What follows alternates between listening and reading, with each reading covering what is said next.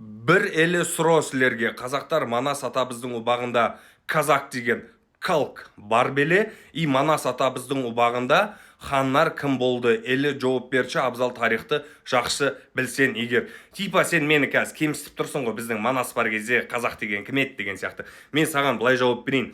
Манас деген бұл жай ғана эпос. Түсінесің ба? Бұл эпос. Біздің қазақтарда Алпамыс батыр деген эпос бар ғой, сол сияқты бұл эпос. Қырғыздың мен деген тарихшысын алып кеп берші маған алдыма, ол жауап бере алмайды. Манас қай жылы, қай ғасырда өмір сүрді, қай ханның қол астында болды, қай ханның сарбазы болды, қандай әскері болды, оған ешкім жауап бере алмайды. Себебі бұл эпос.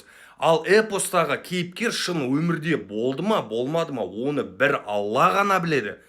Түсінесің ба? Сондықтан өйтіп маған ойбай Манастың кезінде деп айтпай ақ қой. Сен де білмейсің Манастың қай ғасырда өмір сүргенін. И жалпы бұл Манас туралы айтатын болсақ, осы Манасты халыққа жалпы бүкіл әлемге танытқан кім еді? Қазақтар ғой, көкем-ау.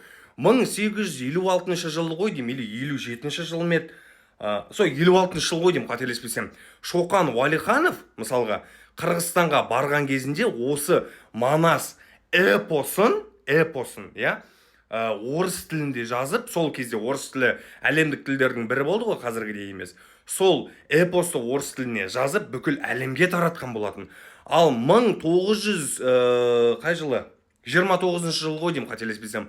Мұхтар Әуезов, мынау түркілердің, барлық түркілердің жаңағы ауызекі әдебиетін, яғни жырларын, эпостарын зерттеу үшін бүкіл түркі елдеріне барған, сол кезде Бішкекке барған сапарында 3 күн бойы жүріп, Манас деген кім екенін оқып, зерттеп, жалпы, адамдардан сұрастырып, ауыз әдебиетін жақсы меңгерген адамдардан сұхбат алып, сол туралы кәдімгідей Манас жырын жазып берген болатын сендерге.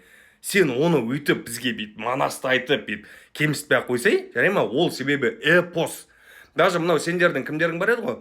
Шыңғыс Айтматовтарың. Шыңғыс Айтматов айтты ғой, самое великое произведение в эпосе — это эпос Манас. Это вершина художественного жанра деді. Түсіндің ба?